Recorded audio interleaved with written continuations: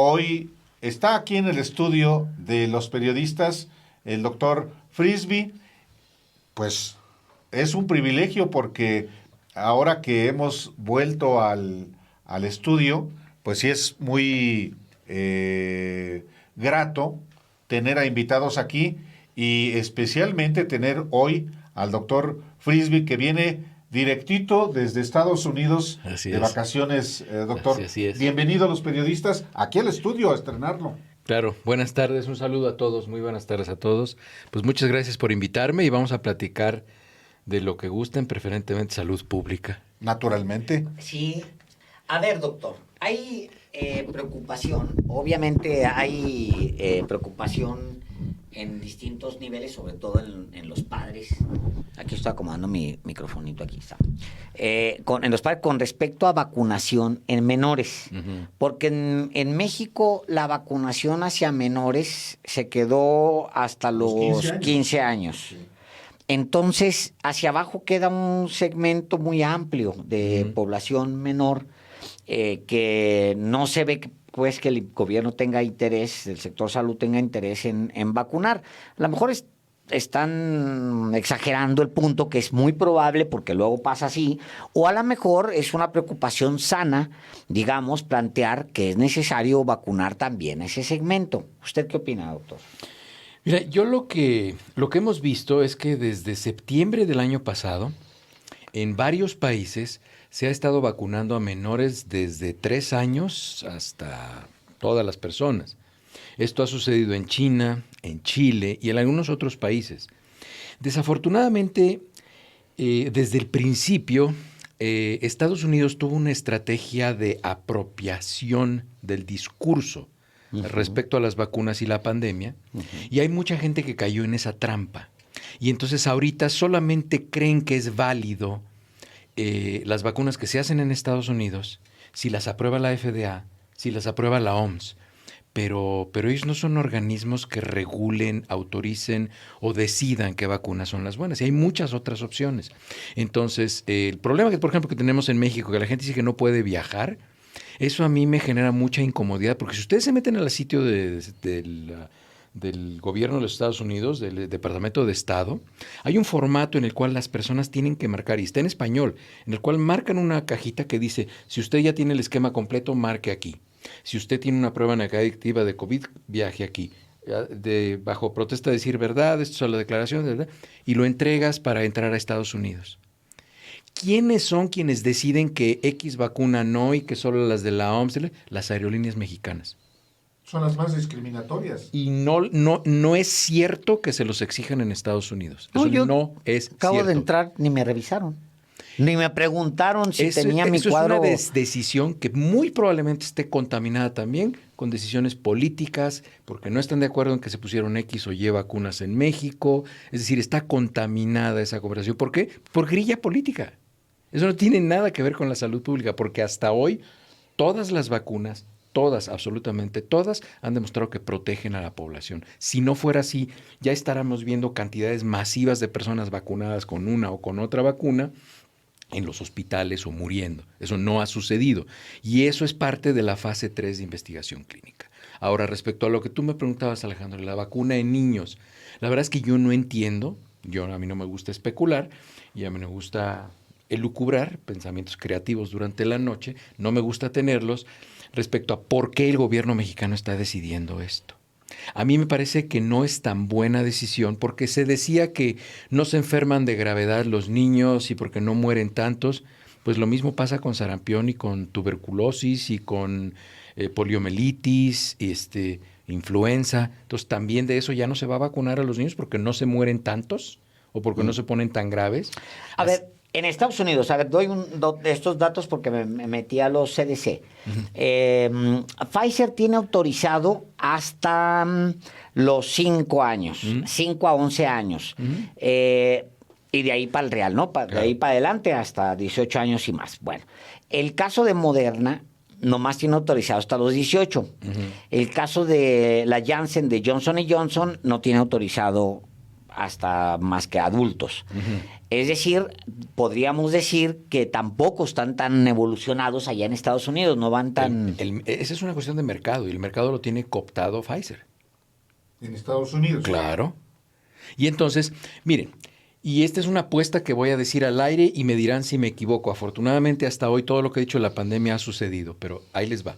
Lo que va a pasar al final de la pandemia, el esquema ideal de vacunación, va a ser la primera dosis una vacuna molecular, es decir, una vacuna de ARN, que puede ser Pfizer o Moderna.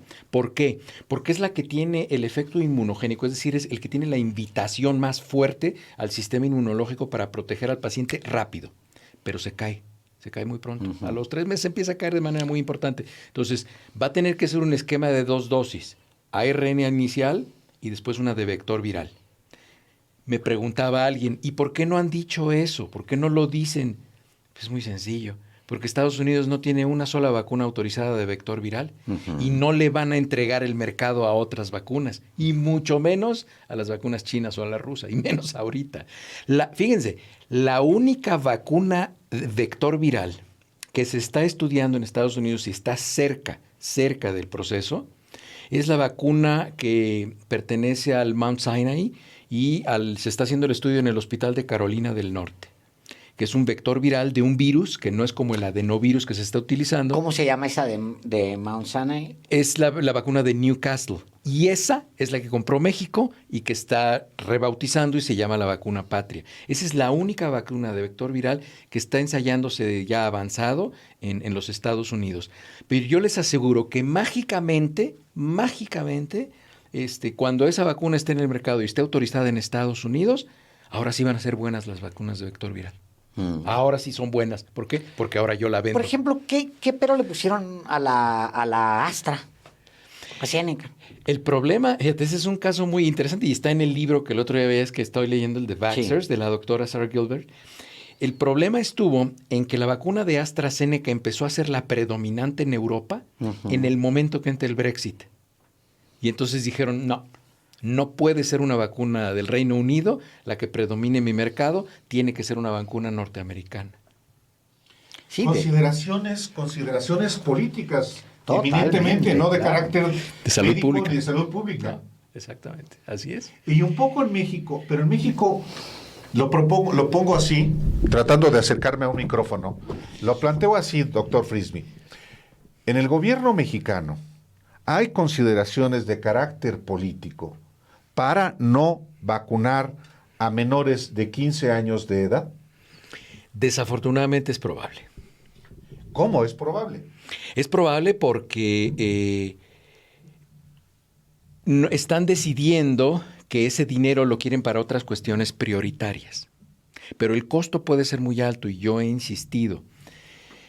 Hemos ya visto, y es más, hay un artículo publicado de unas doctoras mexicanas, la doctora Sandra López León, la doctora Carol Perelman, la doctora Talía Weckman, la doctora Cuapio, que está en Europa, por cierto, en el Instituto Karolinska, una doctora de España, que es la doctora Sonia Villapol. Ellas acaban de publicar un artículo del COVID largo en niños no vacunados principalmente, y es predominantemente en mujeres, en niñas.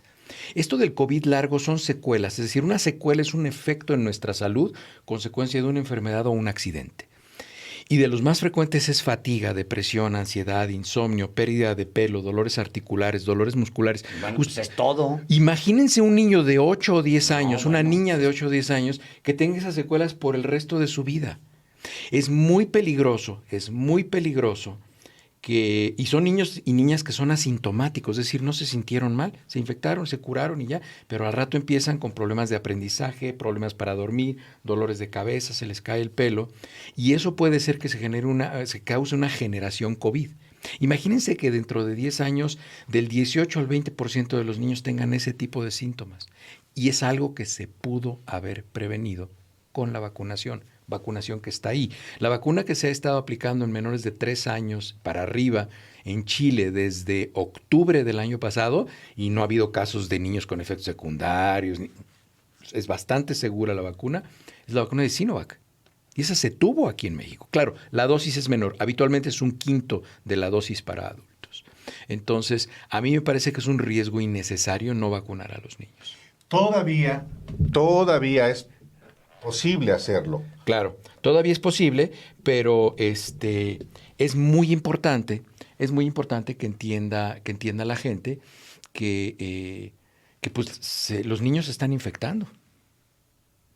Los niños se están infectando y muchos de ellos no van a tener síntomas. Mira, la mayoría de los niños que tienen COVID, que se infectan, no lo sabemos, no nos enteramos porque obviamente no se hacen muestras de nasales de los niños.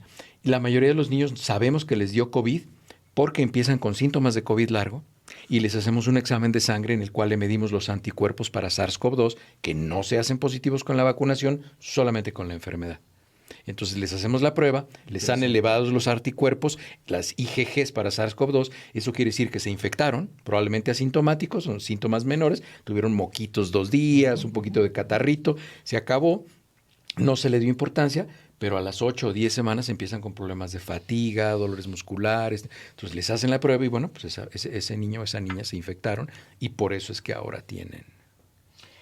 Los datos en Estados Unidos dicen, los CDCs a octubre de 2021, dice que los niños de 5 a 11 años han experimentado más de 8.300 hospitalizaciones, 100 muertes, es en todo Estados Unidos, 100 muertes. Pero si se considera que es una de las 10 principales causas de muerte en niños de entre los 5 y los 11 años de edad. Ahora, fíjate, ¿cuántos niños dices que han estado hospitalizados? Son 8,000 y hasta tantos. octubre, es la última. Vamos a decir que vamos a 8,300. redondearlo en 10,000. Vamos a redondearlo en 10,000. De las personas que se infectan por SARS-CoV-2 y que les da COVID-19, estamos hablando solamente de entre el 10 y el 12% de las personas menores. En adultos es como el 80% son asintomáticos, pero en niños es como el 90-92% de los que son asintomáticos. Es decir, ese número es solamente el 10%. Bueno, y esos son los hospitalizados. Puede ser que tengas otro tanto, otros 10,000, otros 20,000 que se enfermaron y se quedaron en su casa con una gripita menor. Es decir, eso es la punta del iceberg. Esos niños que tuvieron enfermedad grave y hospitalización seguramente tendrán secuelas COVID, pero lo más grave es que hemos visto pacientes menores de edad que son asintomáticos y tienen secuelas COVID. Les repito, nos damos cuenta de que tuvieron COVID porque salen positivos los anticuerpos, no porque hayan tenido síntomas. Entonces, eso es muy triste y lo triste es que no se está aplicando la regla número 1 de la salud, de la medicina preventiva, que es la vacunación. Ahora, doctor Frisby,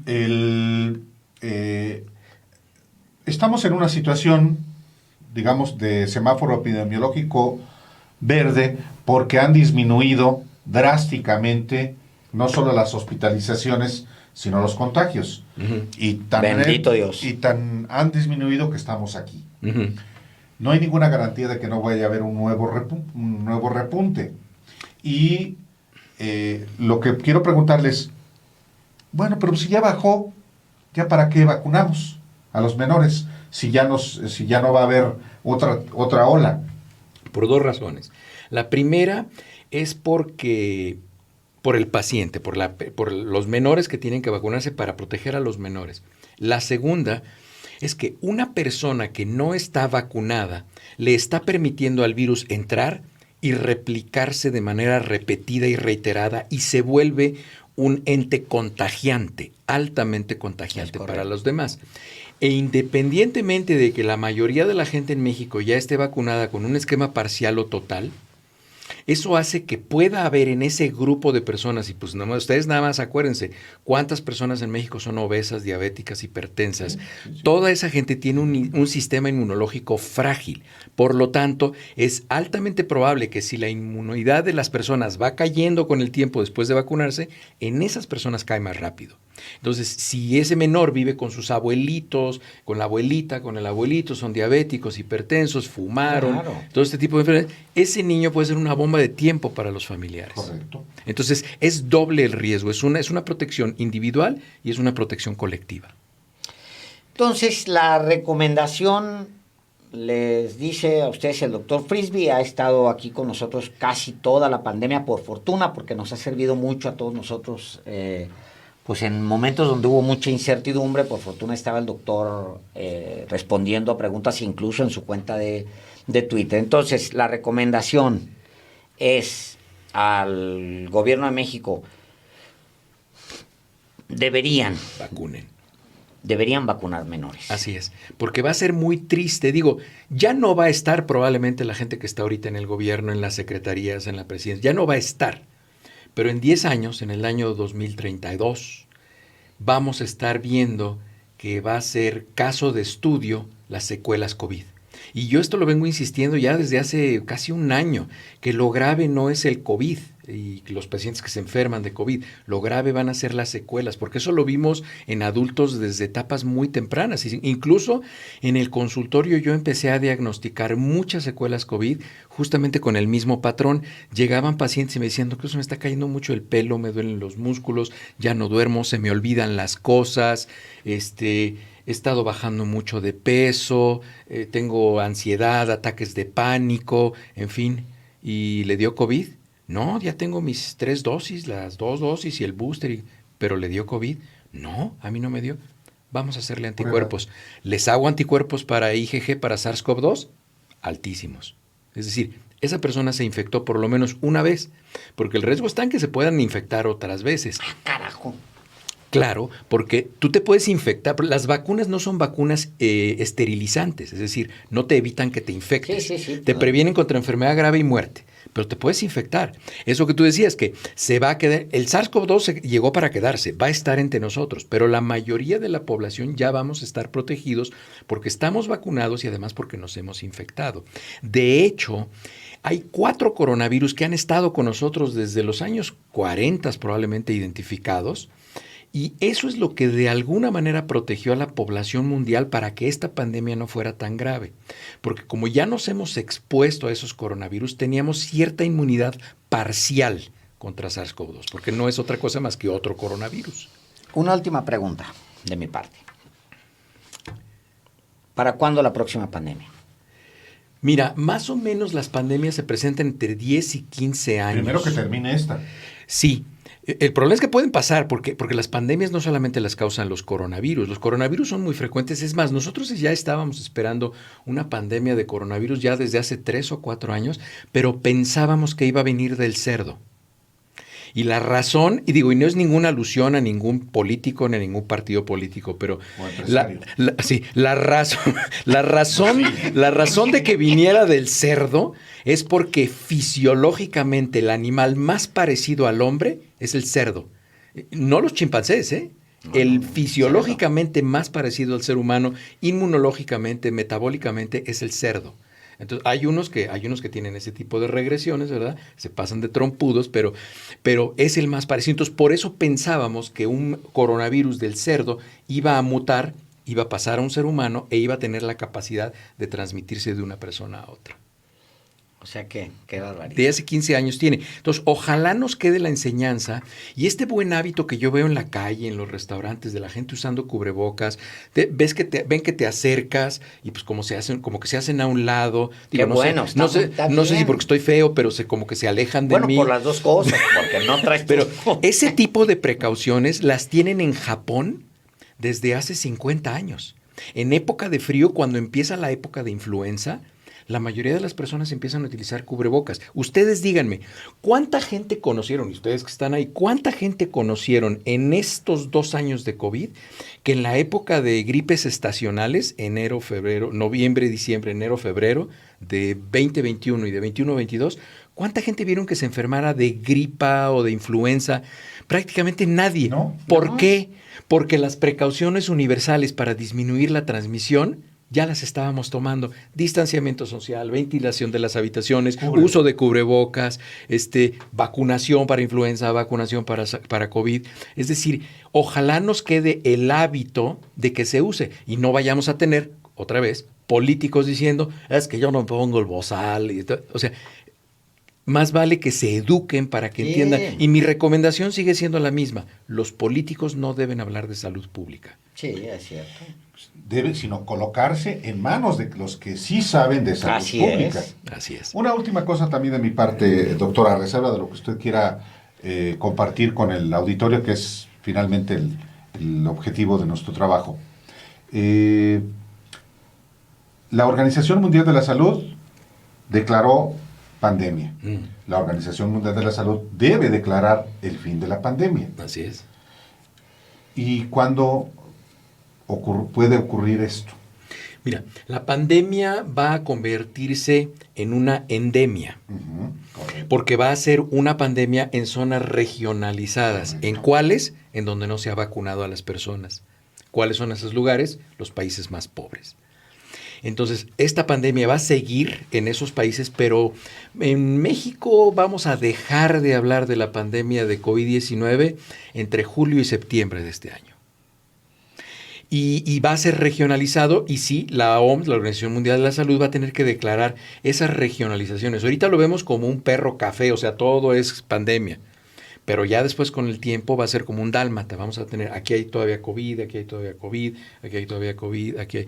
Pero en México va a ser uno de los países, y por eso yo tengo mi tuit fijado, porque yo creo que México, yo hablo de los mexicanos, yo hablo de la conducta que han tenido, la decisión de los mexicanos de vacunarse es algo que hay que reconocerles a los mexicanos. Digo, yo vivo en Estados Unidos y allí el 40% de las personas van a decidir no vacunarse. Hoy lo platicaba con una persona en un Uber que me subí en la mañana, me decía, ¿y eso es muy grave? Le digo, pues usted nada más imagínese que de 10 personas que se suben a su Uber, 4 no estuvieran vacunadas. O sea que ¡ay, no, qué miedo! pueden traer el bicho activo reproduciéndolo. Exactamente. Y es el tuit que tiene fijado el doctor Frisby en su cuenta de Twitter, dice: cuando se aproxime el final de la pandemia COVID-19, a México lo van a reconocer como el país con mejor desempeño epidemiológico entre los países en vías de desarrollo, incluso mejor que algunos desarrollados. Y doy la fecha, 6 de junio de 2020.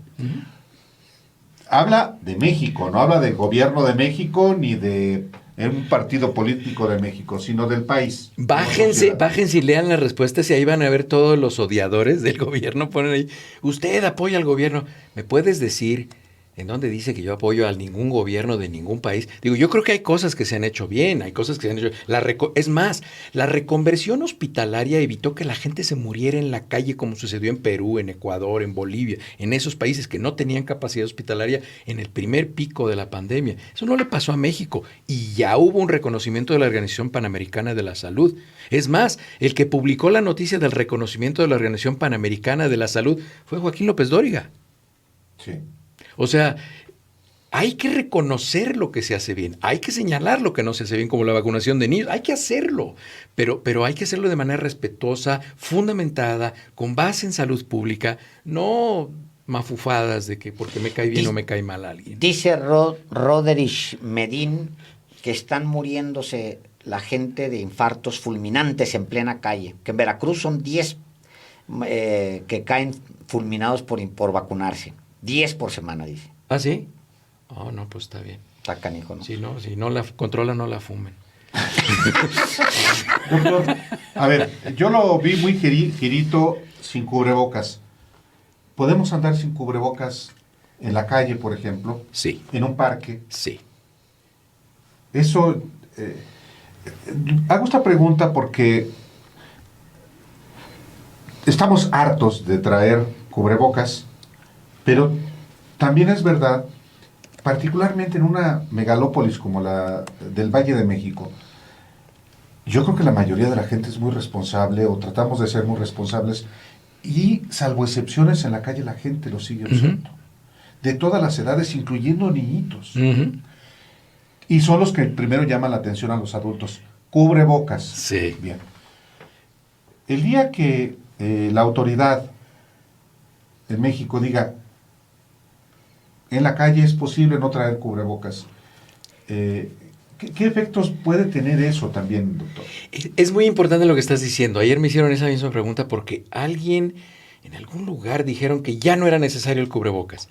Y eso, yo cuando leí esa declaración, así como ustedes cuando ven como periodistas, ven una nota escrita y dices, esto lo escribió el becario del fin de semana. O sea, esto no lo escribió un periodista serio. Cuando yo leí esa noticia que dijeron en determinado estado o en determinada localidad ya el uso de cubrebocas no es necesario, yo me di cuenta inmediatamente que esa es una declaración política. ¿Por qué? Porque cuando se declare el no uso de cubrebocas, se tiene que hacer un proceso educativo y formativo de la población en qué condiciones ya no se debe usar cubrebocas y en qué condiciones se recomienda aún utilizar el cubrebocas. Es decir, y se tiene que apelar, tienen que comprarse los restaurantes, los cines, todos los sitios cerrados tienen que comprarse detectores de CO2. Y ojalá se diera un entrenamiento en estas pláticas que se dan del gobierno, que les enseñen que menos de 1,200 partes por millón de CO2 es un indicador indirecto de que las partículas suspendidas en el aire no son tan concentradas y por lo tanto el riesgo de infección, de influenza, de COVID, de lo que sean, es muy baja. Entonces, ¿qué es lo que tienen que hacer? Pues en los restaurantes tener varios detectores de CO2 y ventilar las habitaciones. Y que les diga el aparato, oigan, ventilemos porque algo está pasando aquí. La mayoría de esos aparatos vienen calibrados para que cuando brincas de 800 a 1000 se pone anaranjado y cuando brincas de 1200 a 1500 se pone rojo. Entonces es muy sencillo darse cuenta y la gente tendría, y esa debería ser parte de la inspección de los negocios, que nunca se alcanzara una concentración tan alta de partículas suspendidas y que hubiera un sistema de ventilación eficiente. La penúltima pregunta era la anterior, esta es ya, ahora sí es la última y es muy rápida. Leí que el tema de Hong Kong es básicamente por la vacunación en adultos. Los adultos se negaron, adultos mayores, se negaron a vacunarse. De hecho, la mortalidad se fue al techo brutal en Hong Kong, ahorita mismo. Claro, y lo mismo va a suceder en Estados Unidos. Eso. Claro, lo mismo está sucediendo en Europa y lo mismo va a suceder en Estados Unidos. Adultos mayores no se quisieron vacunar en Hong Kong, no es como la China continental. Y se están muriendo. Exactamente, claro. Y es un pico que lo ves así en los gráficos y es una cosa escandalosa. Claro, pero ellos lo decidieron. Mira, es muy cruel lo que voy a decir y yo lo he dicho 3 o 4 veces. Yo le tengo un inmenso agradecimiento a las personas así, por ejemplo, la que escribió de Veracruz, a las personas en Hong Kong que no se vacunaron, porque cuando hacemos nosotros un estudio aleatorio doble ciego, esto significa que aleatorio tenemos 100 personas, a 50 las vacunamos, a 50 no, y no les decimos a ninguno que quién se vacunó y nadie sabe. Y entonces es antiético hacer ese tipo de estudios con vacunas COVID. ¿Por qué? Porque sabemos que si no vacunamos la gente se puede morir. Entonces es antiético diseñar un estudio así. Y toda esta gente que está decidiendo no vacunarse es el grupo control voluntario. Ellos están decidiendo ser esa parte del experimento que nos está ayudando a no tener que tomar una decisión antiética. Sí, ellos nos están haciendo el favor de regalarnos. Vacúnense, por favor, vacúnense. Doctor, muchas gracias por visitarnos en este espacio, sobre todo aquí presencialmente, y pues ojalá tengamos la oportunidad de seguir en comunicación. Claro que sí, muchas gracias por la invitación. Saludos. Gracias, doctor. Saludos. Gracias.